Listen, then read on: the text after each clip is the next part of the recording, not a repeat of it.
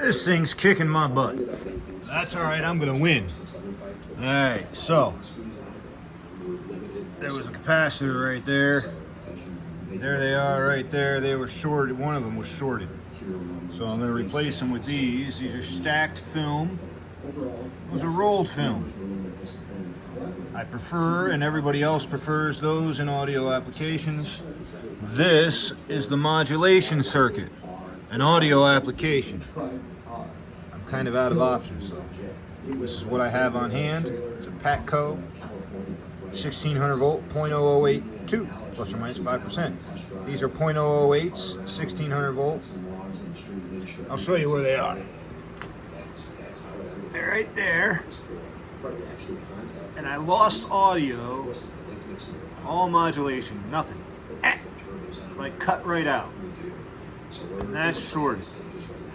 So I'm thinking, see those two capacitors right there, C47, C48. I'm thinking that those, the signal came in, boom, went straight out, shorted out to ground.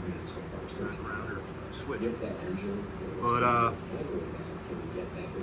in order to find out, I gotta replace them. So what I'm doing is waiting for my iron to heat up here, and somewhere I got my solder sucker. I don't know why I like these things, but they are pretty important.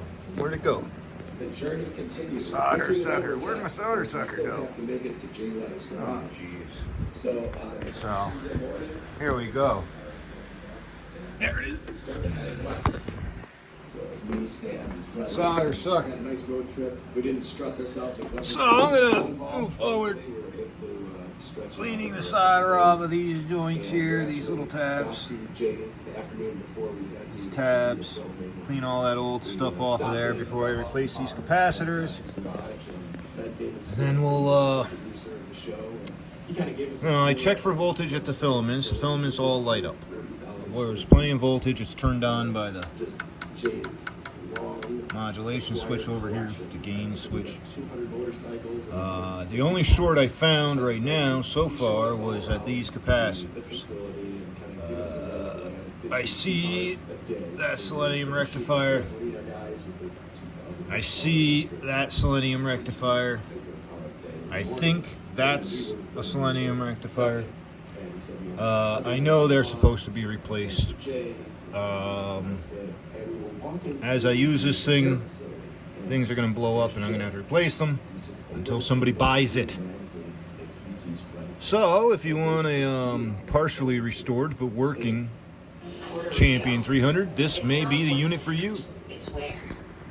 We're upside down or right side up. There we go. This may be the unit for you. More news comes